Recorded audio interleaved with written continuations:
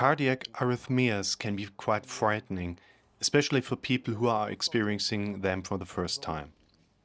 This video helps you to understand and overcome your fears of extrasystoles or heart disease.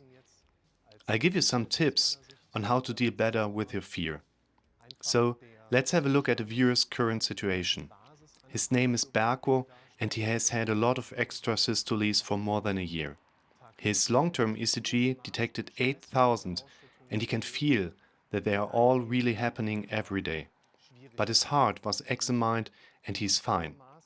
Besides, Berko has been under a lot of stress for a long time and has noticed the occurrence of those extrasystoles at the same time. Various doctors told him that his heart is healthy and that he does not have to worry. But that is easy to say, so Berko tried to collect information about extrasystoles on the internet. That's where he read that you can die of sudden cardiac arrest if you suffer from extrasystoles. Naturally, this made his fears worse. In addition, he also has this vertigo for which no cause could be found either. He's at the end of his tether and asks himself, can it really be one's head that can do this? The symptoms Berko describes very often occur in people. It is very important that an appropriate medical examination takes place to clarify the symptoms. From his description, one can say that there is a predisposition to panic, not an actual panic disorder that has any relevance as a disease, but the condition that forms the basis of any panic disorder, which is that you experience a fairly high level of stress on a daily basis. And this can make life quite difficult. After all, a high level of stress hormones can lead to a wide range of symptoms. Typically, there is an increase in pulse and respiratory rate, which can lead to latent hyperventilation. As a result, the oxygen supply to the brain is slightly reduced. While this condition is not dangerous and a perfectly normal reaction of your body and mind, it can lead to very unpleasant symptoms. People usually feel dizzy, dazed, and panicky.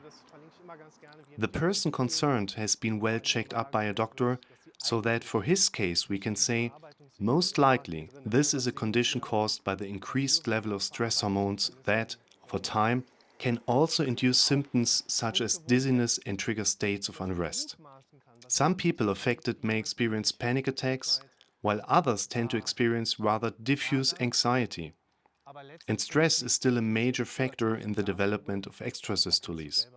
It is often a variety of factors in a person's life that contribute to a certain sensitivity to such symptoms. That is, that a person is more prone to such sensations than someone else. Causes often include factors from other areas, such as being unhappy in one's job or even separation anxiety. Which is far more important than external factors, however, are those stressful and negative thoughts that you experience yourself, which cannot be seen or understood from the outside. What images do you see in front of your inner eye? What does your mind say to you?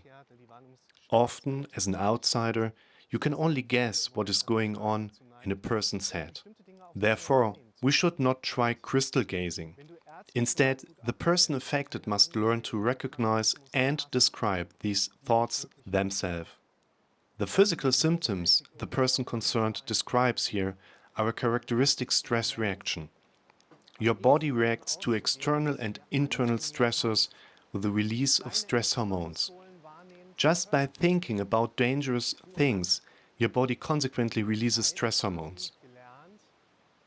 Increased introspection also plays an important role in the detection of extrasystoles. This means that a person focuses and listens more attentively to their body talk and notices disturbing symptoms more quickly. The perception threshold is set rather low, so that they simply tend to perceive certain things more quickly.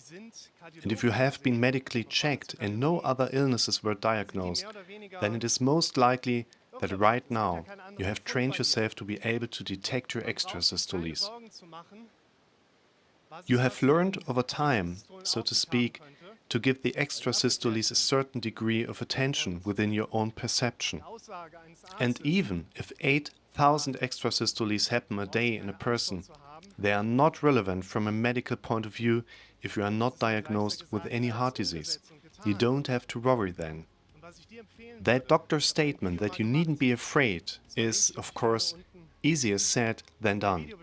But I can assure you, if we have managed to train our perception to detect extrasystoles, then we will also be able to direct our focus towards other things and thus reduce the symptoms. Dann schaffen wir es auch, uns andere Dinge anzutrainieren.